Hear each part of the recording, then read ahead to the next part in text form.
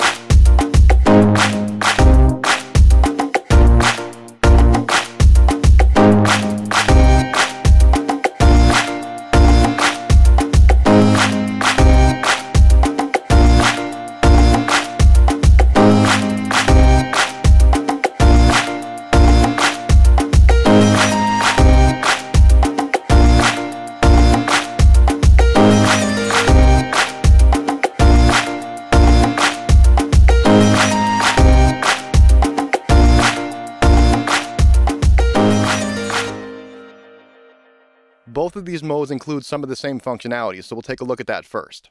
The right and left arrow buttons will navigate between tracks. As you navigate between tracks, if the selected track is a MIDI track, it'll automatically be armed. The up and down buttons move between octaves. Pressing both of these will reset to the default octave. The matrix accessory buttons are used for note repeat. By default, when the matrix is set up to play instruments, pressing a button will just produce a single note. When note repeat is turned on, pressing a button will produce a stream of continuous rhythmic notes. And this functionality is all accessed via the matrix accessory buttons. The topmost button will turn note repeat on or off. When pressed quickly, this will toggle note repeat on or off. And when held down, it functions as a momentary switch. The rest of these buttons control the rate, and these range from a quarter note up to a 30-second note. Triplet rates are also accessible.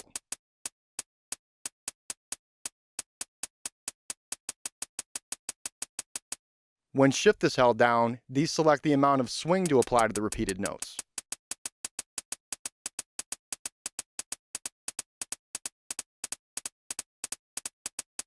When used with a controller that has less than 8 matrix accessory buttons, the triplet rates will not be available.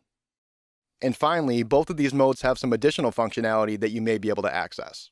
If the controller has additional modifier buttons, you'll be able to access some additional functionality.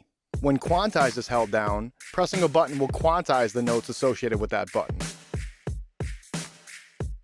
When delete is held down, pressing a button will delete or erase the notes associated with the button. If the clip is playing, holding down a button will erase the notes that the playhead is passing over. If the clip is not playing, this will just delete all the notes. And finally, all of this functionality supports ranges. This mode sets up the matrix to play notes that can be quantized to a particular scale. When shift is held down, you can change the settings of this mode. The upper 3 rows select the scale type. The bottom 2 rows select the root note. Right now that's C, and for example I could change that to G. In the layout I'm using here, the rows ascend by fourths. This makes it very easy to play chords. You can just find a shape that works and move it anywhere you want around the matrix.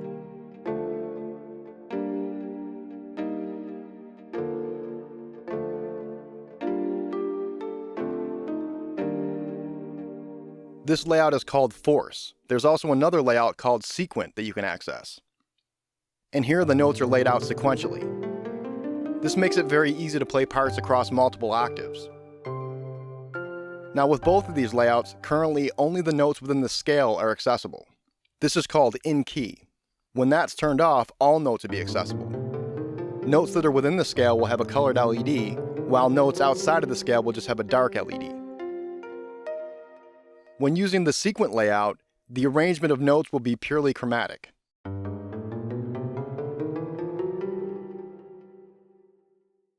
This mode provides multiple quadrants of pads that are suitable for playing drum instruments.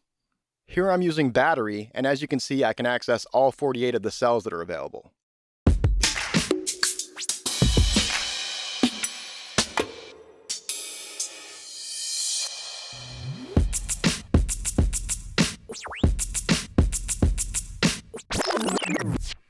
This works very well for virtually any drum instrument.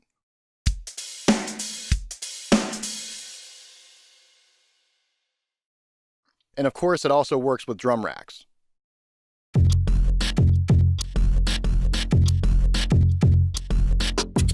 If the controller has less than 8 rows in its matrix, you'll just have 2 quadrants of pads to work with.